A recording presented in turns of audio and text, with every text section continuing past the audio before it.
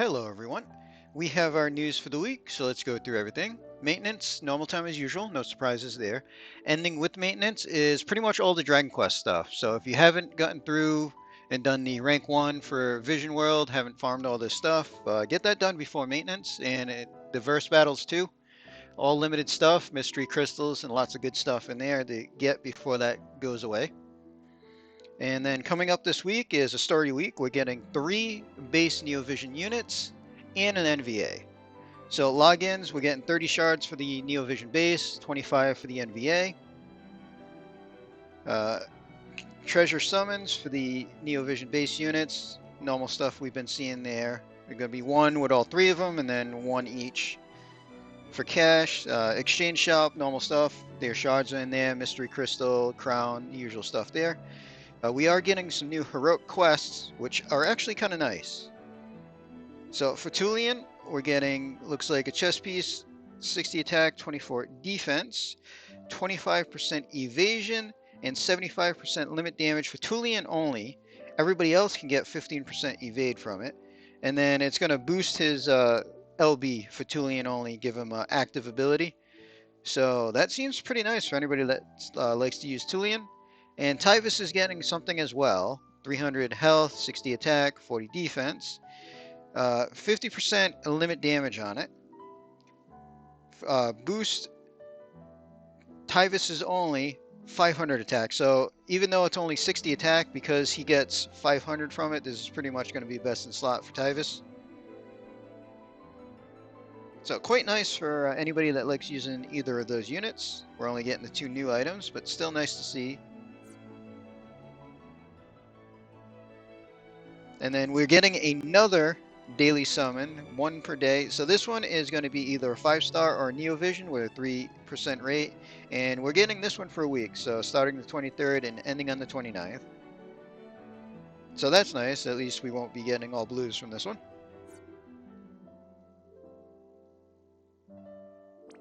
And new units, we get some new vision cards. So for Yshe, 70 attack and magic, 25% attack and magic. Breaker only units will get 100% insect killer and 100% limit damage. It's okay overall. The killer on it and the LB damage is more enticing than the stats, but that's for breaker only units, which you're not relying on heavy damage anyway. And then for Kall and Ilmatalle, 80 attack and magic and 40 defense and spirit, 30% to all stats. 25% limit damage, kind of normal stuff there. And then 100% equipment attack and magic double hand. So that doesn't seem to be linked to any series at all, which is kind of nice. Help finish off some double hand if you need. And don't have the special limited cards that we've seen lately. So okay cards overall. Not anything that's going to change the meta too much card-wise. And they are giving us more of Season 4 story.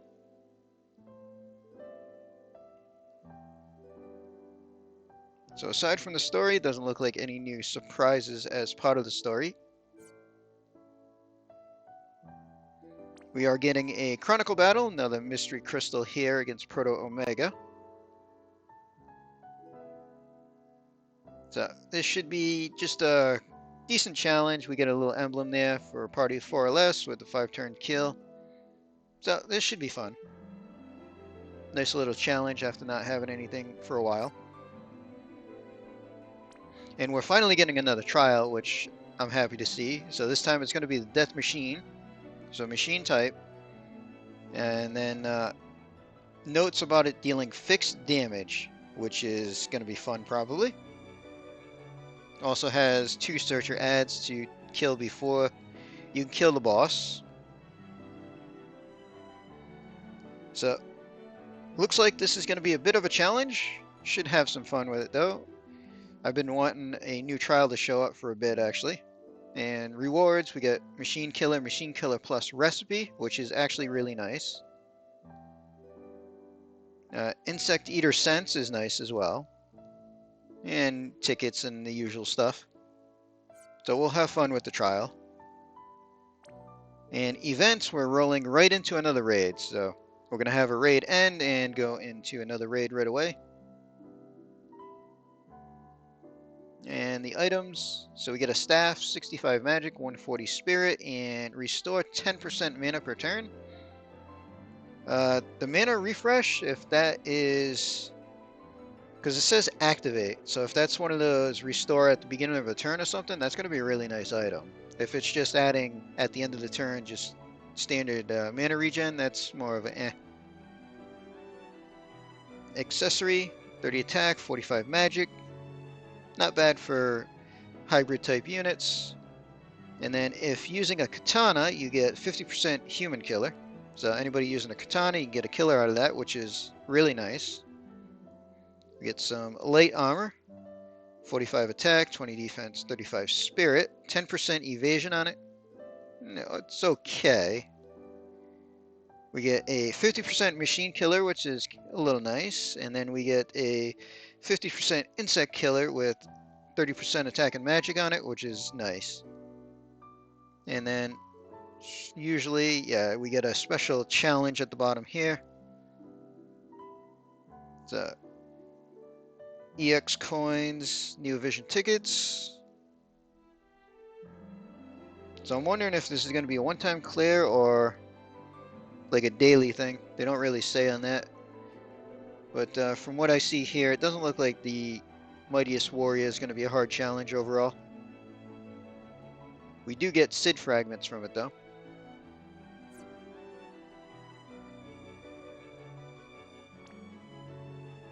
And then the banner itself. So everybody's on the banner. So 3 base Neo Vision units, and then Sid is our NVA. And they're the usual 4-step lap with the final step being free. You need 10 tickets to pity a single unit if you want to go that way. So they have Yshe marked as a debuffer. Super Limit Burst unit. Super Trust is a 2-handed spear, 210 attack with 198 magic. Not bad overall there. The new units only are going to get 500 attack and magic from it. Everybody else can get the Dragon and Insect Killer. And then regular Trust is 100% attack and magic equipment when using a Katana Spear or Mace. So a little limiting, seeing you have to use these certain items, weapons. But still nice to see both on there. So Kall is a hybrid type unit, Super Limit Burst. So his super is a 2-handed katana, 190 attack, 232 magic. And then this has a bunch of stuff, so it doesn't look like anything's limited to any one unit. But there is a bunch of abilities on this. So there's a multicast and then a bunch of cooldowns. So you can't choose the same activate one time. It just means the multicast is probably for just these items here, and you can't choose the same item, same ability twice. So boost damage, and reduce spirit. Boost magic. So it's a magic. 2 of them are magic store units. 1 boosts damage, another one boosts damage as well, and then the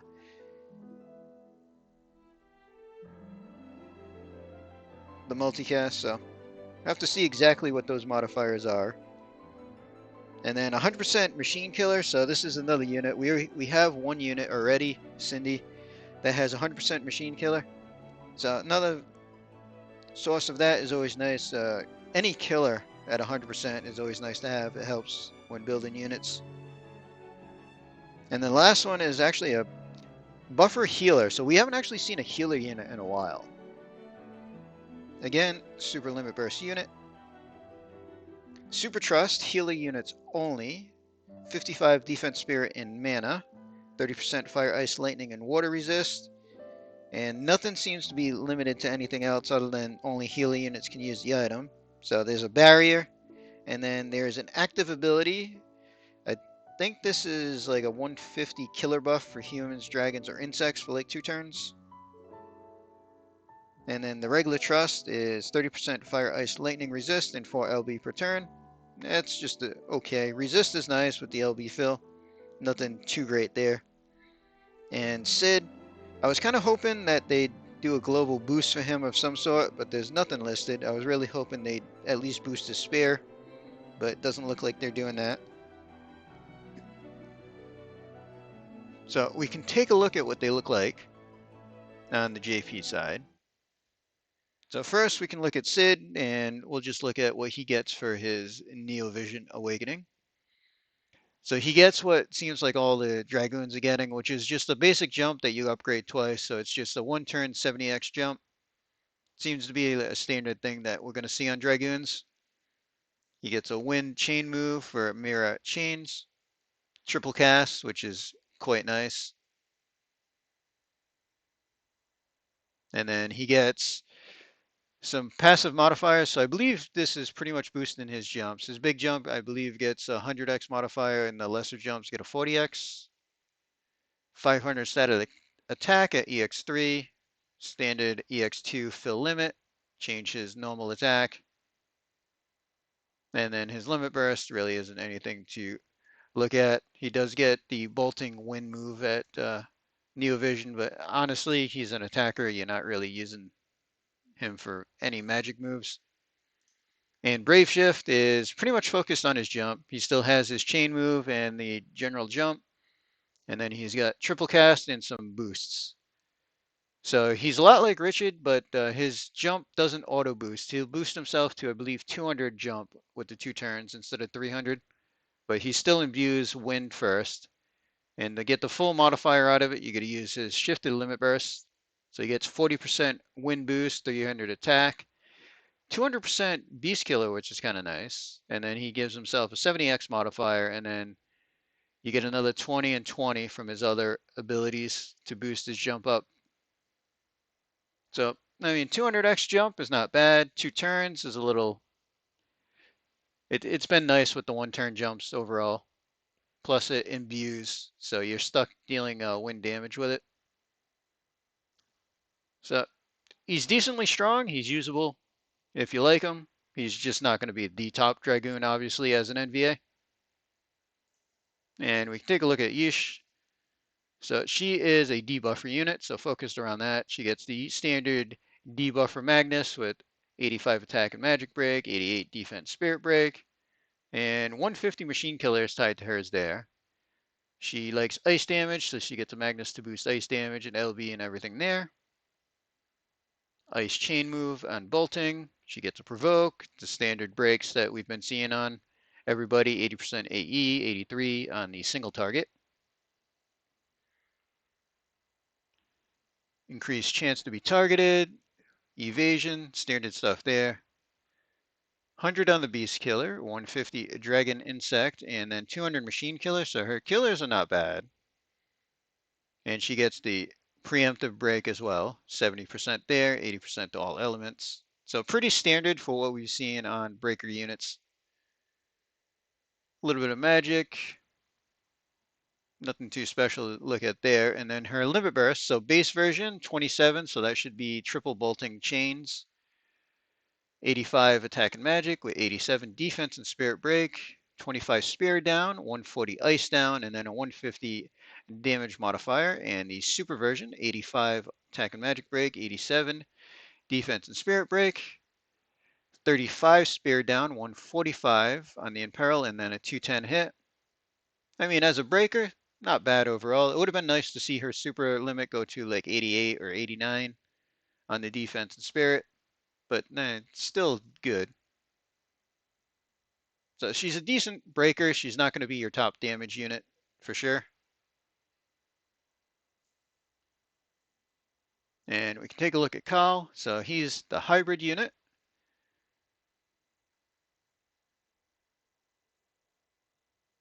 So yeah, there's a lot of boosts on his katana. And then just the standard store. So the magic store is 200%. So it looks like you're set up to be able to cast all 3, which you kind of want to.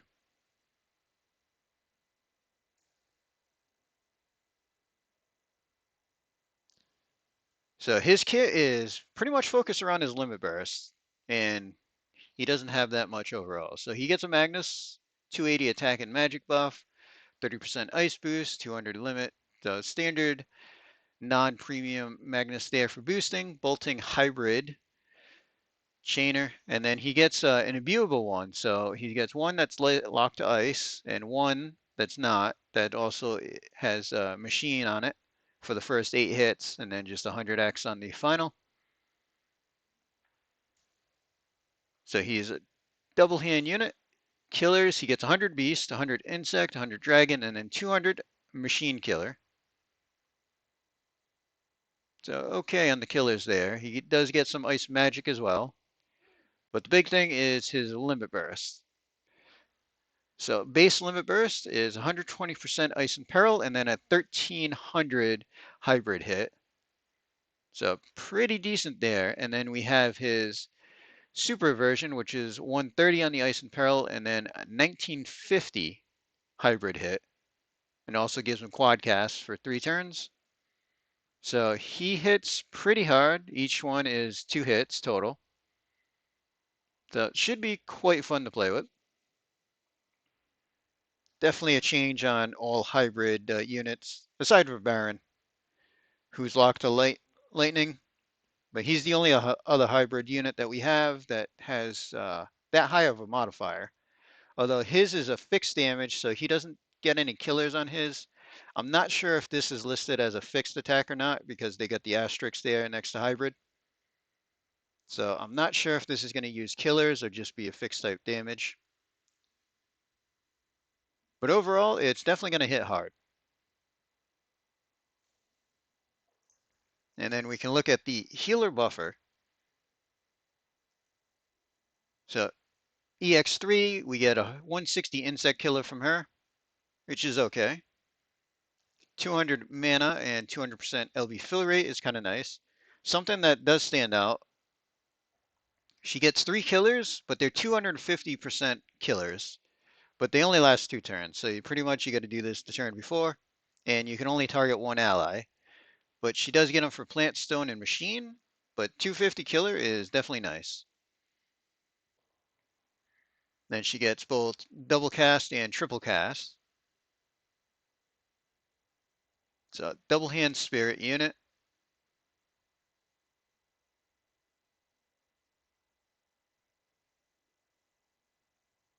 She does get ice and Imbue and boost through spells, 35% boost on that, which is actually pretty decent.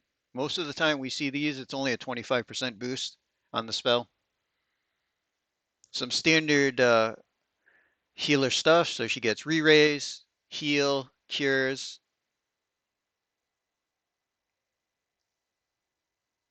and then revive, and then we do get some ice magic.